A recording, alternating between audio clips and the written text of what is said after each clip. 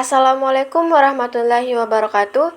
Hai semua, perkenalkan kami dari kelompok 2. Di video kali ini kami akan menjelaskan mengenai sejarah pendidikan di Indonesia dari mata kuliah pengantar kependidikan. Adapun anggota kelompok kami yang pertama Rahmaria Muherani, yang kedua Nur Fadila Sunandar, yang ketiga Lili Nur Aisyah, yang keempat Muhammad Yusuf Anugrah Rahman, yang kelima Muhammad Nur Fajri Aziz, dan yang keenam Yusril. Selanjutnya kita masuk pada pembahasan apa sih itu pendidikan? Pendidikan merupakan komponen penting dalam pembangunan suatu negara. Pendidikan dapat membentuk karakter, keterampilan, dan pengetahuan seseorang yang dapat berkontribusi pada kemajuan dan kesejahteraan negara tersebut. Namun, perjalanan pendidikan di Indonesia tidak mudah. Pendidikan Indonesia mengalami banyak kesulitan, perubahan, dan perkembangan sejak zaman kolonial. Sekarang kita masuk pada materi pertama, pendidikan pada masa prakolonial. Tidak ada yang tahu dengan pasti bagaimana sistem pendidikan klasik bekerja, tetapi kita dapat mengetahui bagaimana sistem pendidikan pada masa itu dari naskah dan prasasti. Menurut kitab Pararaton, guru dan murid akan tinggal bersama dalam satu asrama atau peratapaan. Kegiatan ini tidak memiliki batas waktu. Selain itu, seorang siswa harus membantu pendidiknya dalam memenuhi kebutuhan sehari-hari. Seorang murid harus mengikuti aturan dan peraturan yang ditetapkan oleh gurunya selama proses belajar ini. Aturan-aturan ini termasuk aturan tentang tingkah laku murid dan guru susrusa, siksa sisyakrama, dan berbakti kepada guru dan murid. Bisa menjadi kelompok atau individu. Selanjutnya kita masuk pada pembahasan kedua, pendidikan pada masa kolonial Belanda. Setelah kekuasaan Portugis berakhir pada akhir abad ke-16, Belanda datang ke Pulau Jawa, Indonesia untuk berdagang dan membangun kekuasaan baru. Mereka percaya bahwa agama Protestan akan menggantikan agama Katolik yang disebarkan oleh Portugis. Pada tahun 1607, Verenigde Oostindische Compagnie atau Foch mendirikan sekolah pertama di Ambon.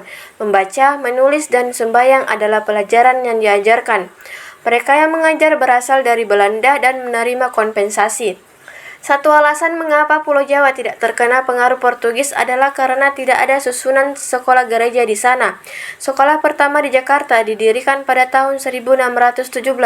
Lalu pada tahun 1622, sekolah itu memiliki 92 murid laki-laki dan 45 murid perempuan. Tujuan sekolah ini adalah untuk menghasilkan orang yang mampu untuk bekerja di administrasi pemerintahan dan di gereja. Hingga tahun 1786, bahasa Belanda tetap menjadi bahasa pengantar. Pendidikan kejuruan mulai muncul pada abad ke-19, dan pada abad ke-20 muncul golongan baru yang cerdik dan pandai yang menerima pendidikan barat. Namun, mereka tidak mendapat tempat dan perlakuan yang wajar dalam masyarakat kolonial.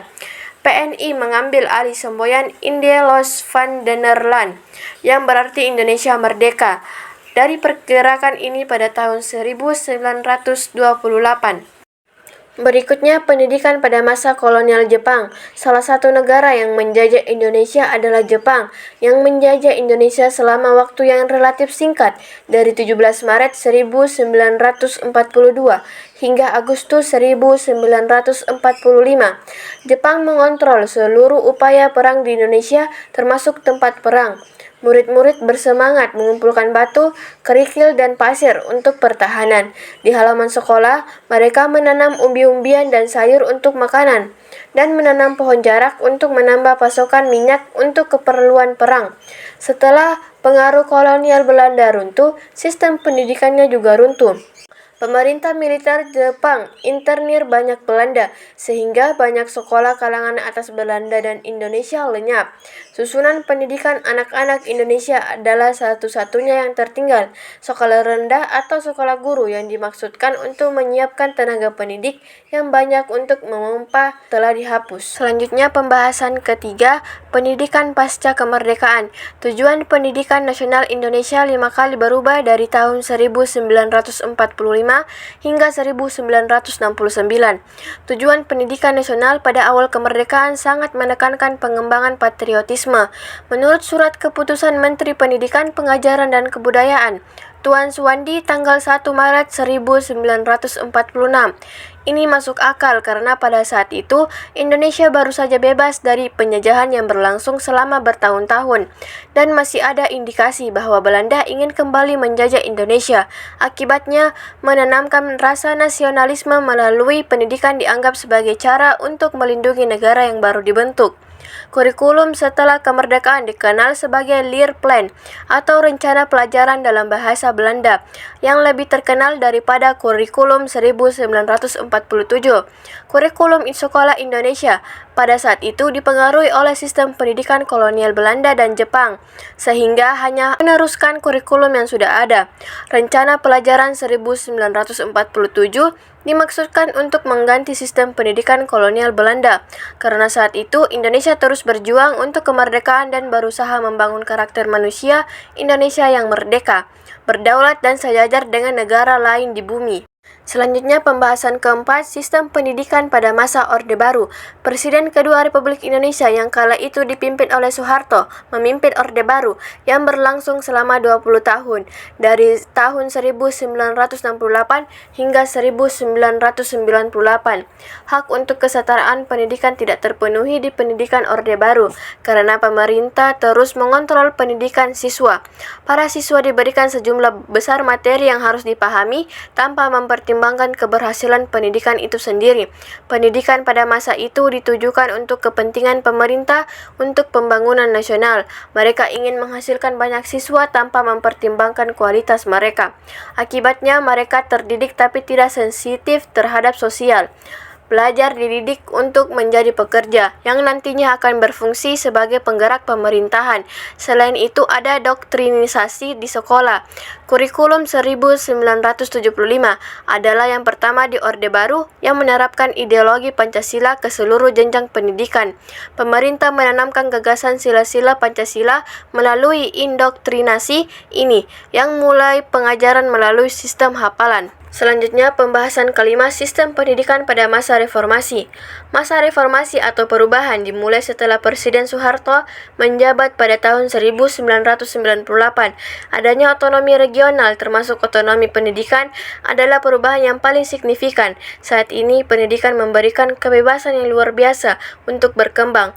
Bahkan aturan yang dibuat pada Orde Baru dievaluasi kembali. Aturan yang menghambat kebebasan siswa akan dihapus jika ditemukan. Selain itu, kebijakan pendidikan tambahan dibuat untuk memastikan bahwa sistem pendidikan di Indonesia dilaksanakan secara nasional dan untuk memperbaiki sistem tersebut. Pada tahun 1999, pemerintahan B.J. Habibie meluncurkan pembayaran untuk jenjang pendidikan sekolah dasar hingga SMTA. Peningkatan yang signifikan juga terjadi pada gaji guru. Ini menunjukkan bahwa sistem pendidikan Indonesia telah mengalami kemajuan dan perbaikan selama reformasi. Selanjutnya, pembahasan keenam, modernisasi dan digitalisasi pendidikan. Di era digital, pendidikan harus memasukkan teknologi informasi dan komunikasi ke dalam setiap mata pelajaran. Karena pendidikan di era digital ini memungkinkan siswa memperoleh pengetahuan dengan cepat dan mudah tanpa terbatas ruang dan waktu.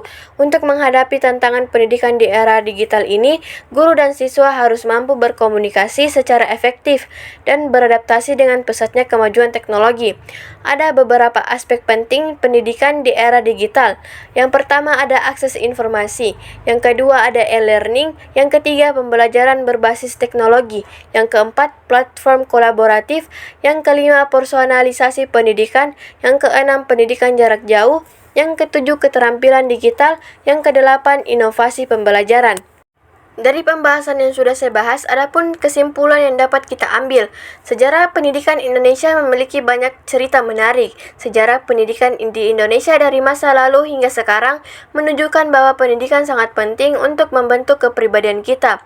Meskipun sistem penerapannya berbeda, pendidikan memiliki tujuan yang sama, mulai dari pendidikan agama, penjajah hingga pendidikan era digital. Setiap periode sejarah harus mengalami transformasi untuk memenuhi kebutuhan bangsa saat itu dan memiliki kemampuan untuk menghadapi tantangan di masa mendatang. Dan berikut ada beberapa referensi yang kami ambil dari jurnal dan artikel. Baik, itulah pembahasan dari kelompok kami mengenai sejarah pendidikan di Indonesia. Sekian dan terima kasih. Wassalamualaikum warahmatullahi wabarakatuh.